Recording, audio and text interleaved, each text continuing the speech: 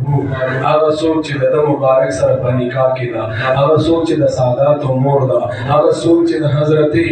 غوث الاعظم دستگیر رحمت الله علیه والده ده، مور ده، هغه چې د ټولو ساداتو والده ده، هغه چې د امام حسن مجتبی مور ده، هغه چې د امام حسین مجتبی مور ده، هغه چې د امام زین العابدین مور ده، هغه چې د امام علی اصغر مور ده، هغه چې د امام علی اکبر مور ده، هغه چې د امام علی رضا مور ده، هغه چې د امام نقی مور ده، هغه چې د امام تقی مور ده، هغه چې د امام جعفر صادق مور ده، هغه چې د امام عسکری مور ده، هغه چې د امام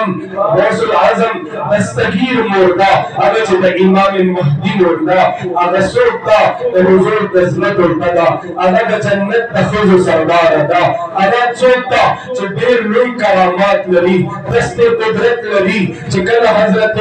علی رضی الله عنه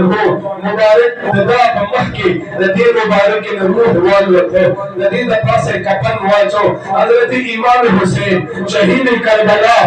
په دروازه کې راننوته او आवाज کوي چې اے مور چې کله وځو دا په دروازه کې راننوتم ما به आवाज وکړ چې وګورې ته ما ته خواله راغلې زه به خپل سینې ته راچوخ کړم ټول غمونه به مې ختم شول نن ستانه روح الوتې دی اے مورې او چې نن مې ځان ته رانږدې نه کې